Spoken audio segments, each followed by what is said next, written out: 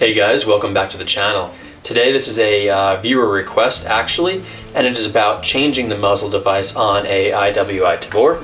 So we're looking at an IWI Tavor. And one thing that's actually unique about the Tavor is that there is a lock nut or lock collar on the barrel threads.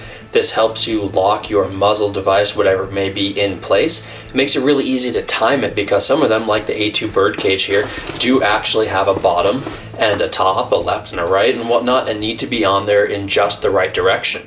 This lock nut makes it easy to torque fully, tight enough that this won't rotate without overclocking it or underclocking it and getting it timed just perfectly.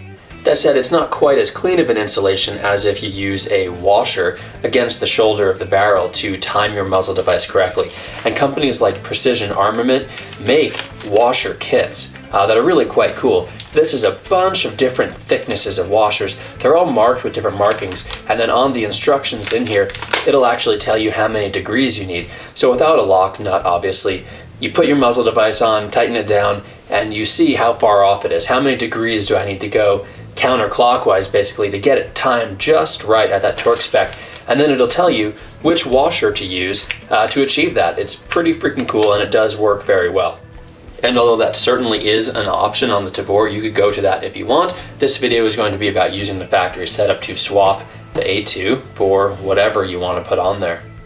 So the first thing you need here is actually two wrenches. I have a 19mm and I have an adjustable crescent wrench.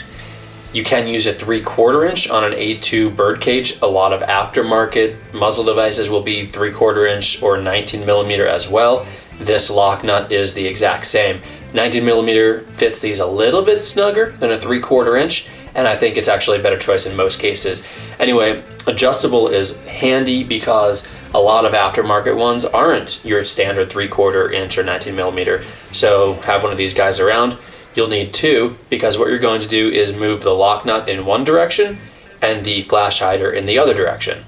Or you can hold one still and move the other. Basically, the lock nut you want to tighten, turn clockwise or right to bring it down towards the barrel more.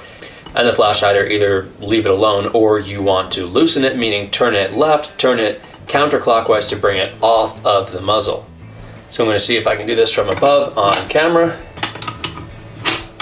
There we go, and in this case I'm just going to actually hold the A2 still, to hold the whole rifle still, and I'm going to push forwards, which is turning right, tightening this lock nut down.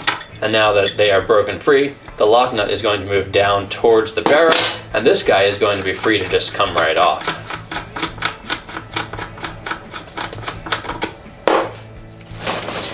Next step will be taking your Benelli bag full of muzzle brakes and dumping it out and choosing the one that you want to put onto your Tavor.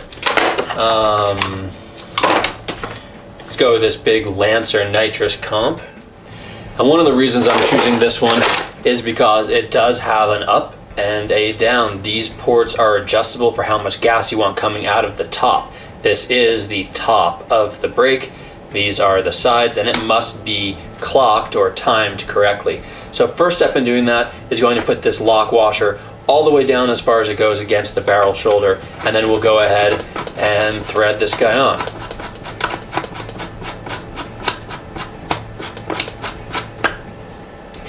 There we go, and now, as we can see, the top is not facing up.